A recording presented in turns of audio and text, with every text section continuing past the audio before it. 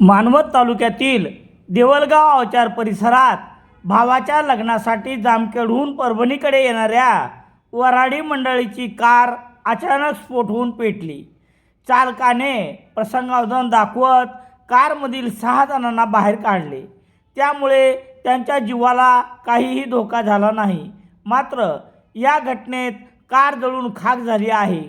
ही घटना बुधवार 13 मे रोजी सायंकाळी 5:30च्या सुमारास घडली। या घटनेबाबत समजलेली माहिती याप्रमाणे, जामखेड येथील आकाश फाळके हे बुधवार 13 मे रोजी MH14 ANE 1728 या इर्टिका कारने परभणीकडे येत होते।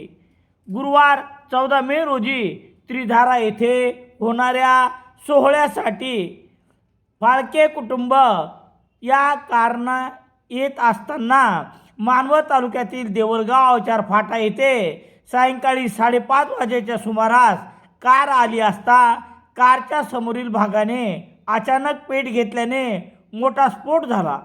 मात्र चालक आणि नवरदेवाचा भाऊ आकाश फाळके यांनी प्रसंगावधान राखत गाडी थांबवली आणि कारमधील प्रवाशांना बाहेर काढले।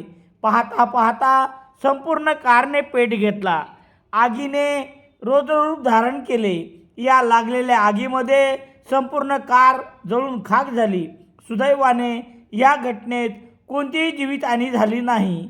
कारला नेमके आग कोणत्या कारणामुळे लागली हे मात्र समजू शकले नाही।